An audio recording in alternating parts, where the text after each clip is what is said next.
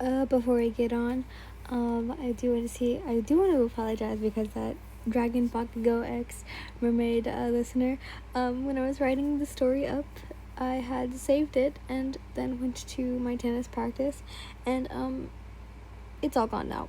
But I hope you guys understand. But I do have it technically fully memorized, and I'm now writing it down again, and hopefully this time it saves. But I hope you guys enjoy, and sorry for that delay. It might take a little longer because I was planning on posting it today or tomorrow. So yeah, but let's get on. She was in the glowing light, her pink skin shining vibrantly with different colors as she danced around on the dim floor of the dorm room where Momo had miraculously hung color shifting lights so quickly. You chuckled a bit as the pink light went on her skin, making her a hot pink, which was a sight to be seen compared to her usual baby pink.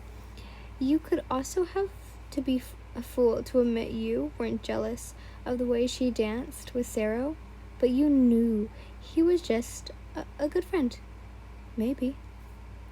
You sighed in defeat of your thoughts as you tried your best not to think of your crush and he already was someone. She was a party animal, a great friend with energy, kind, loyal, a bit mischievous and sneaky, but all in all, she was your hero. The streets were quiet and dark as you enjoyed a normal walk outside in the dark. Darling, yeah, I think it's supposed to say during. Your friends would say if you had any, but as you were walking, we're walking a man. What? He came from nowhere and demanded money. You didn't want to use your quirk in fear of hurting him. You denied him and you tried to back away, but he held you at knife point. As the blade was at your neck, all you could think of was your last moments. You were petrified, but out of nowhere, a girl who was all pink jumped in. Not that you wanted someone to help. You didn't want someone to hurt. Oh, someone hurt for your sake. But you didn't. You did appreciate it greatly from then. They shuddered, but she managed to talk the man down, and with tacit rethinking, his oh my god, I can't read today. His options before running off, while you were stuck in your daze, still wondering what this person was thinking, and if they were just insane. Are you okay? They asked, with a revealed and surprised voice as they turned to you. You were knocked from your mind. As you looked at them with wide eyes. Thank you. I'm fine, you said as still watched the enchanted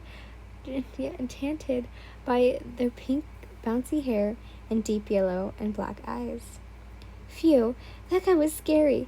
I'm Mina, by the way. They held out their hand, and you looked in. Oh my god. And you took it generally to yours. Ian, you said, finally realizing what just happened fully as you pulled yourself from your head and shook her. Your head, and shook her hand.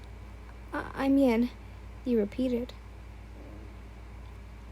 You smiled gently at the memory and made your way outside to take a small breather.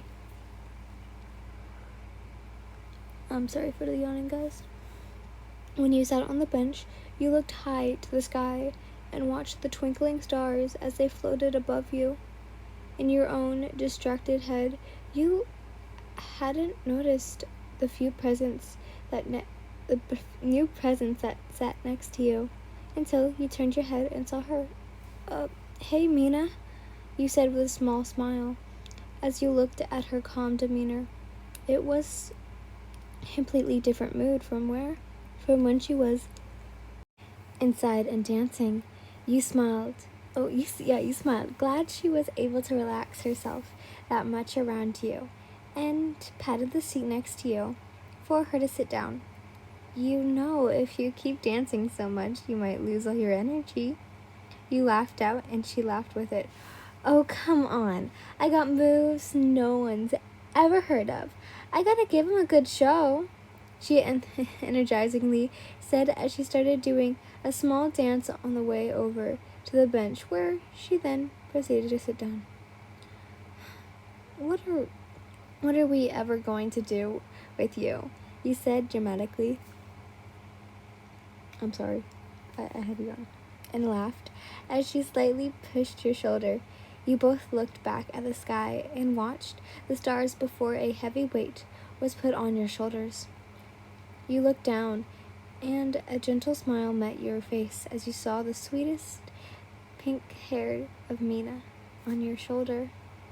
You looked back at the stars and rested your head on hers before letting the peaceful night loom on. You both did this a lot.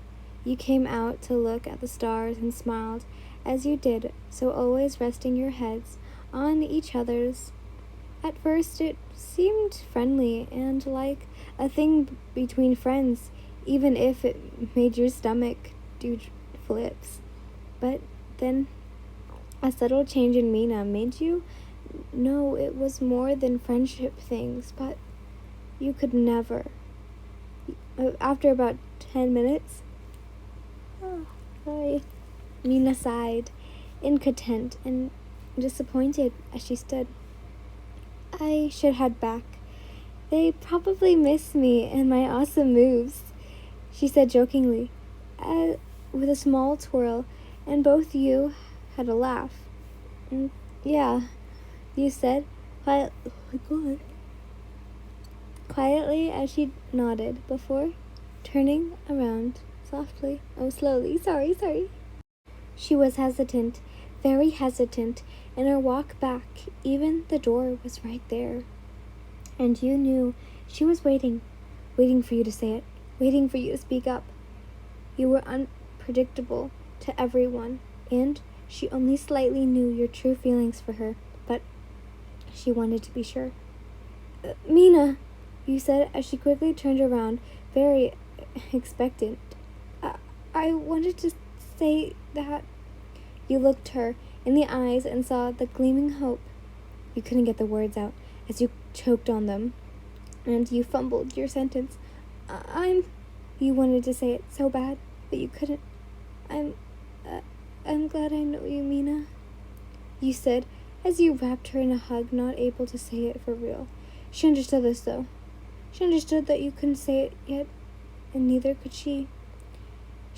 So she wanted to wait until you could, or even she could. As she wrapped her arms around you, all you could think was, I'm sorry, I can't say it yet, but I will soon. She then made her way inside, and you sat back down and watched the sky in a trance full of us. You managed to melt my heart.